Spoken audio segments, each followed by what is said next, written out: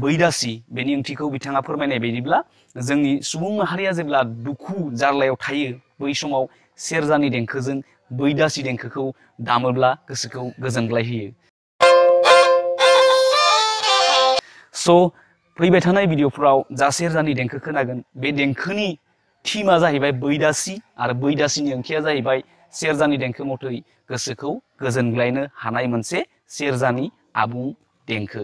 नोंथांमोना नायलांबाय थादो, लोगोसे फैबाय थानाय समफ्राव बैदासि सेरजानि देंखोखौ खोनानो मोनगोन।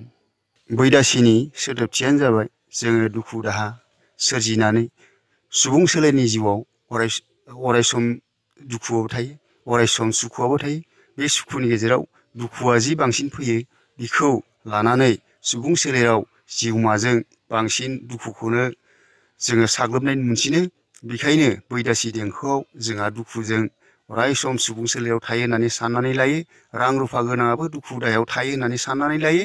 नाथाय थोनाया आंखाल जायो। बे आंखालनि थाखायनो बेफोरो दुखु दाहानि बैदासि रावखौ जों बाहायनाय जायो। बे सेरजानि देंखोजों आङो जाखिनि हागौ बेखिनिखौ आङो दिनै फोरमायनो सानदों। गोजोन्थों।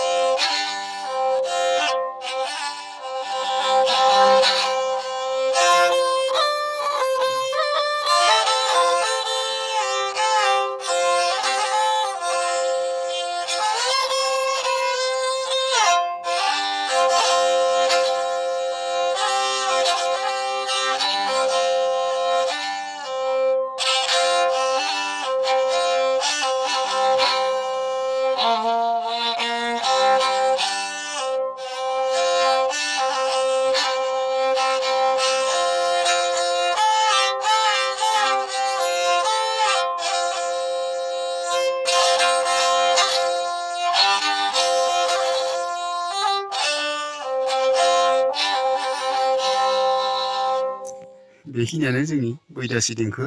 बिदिनो दामनानै गोबाव समय दामनानै दुखुखौ बावगारहोनो हायो।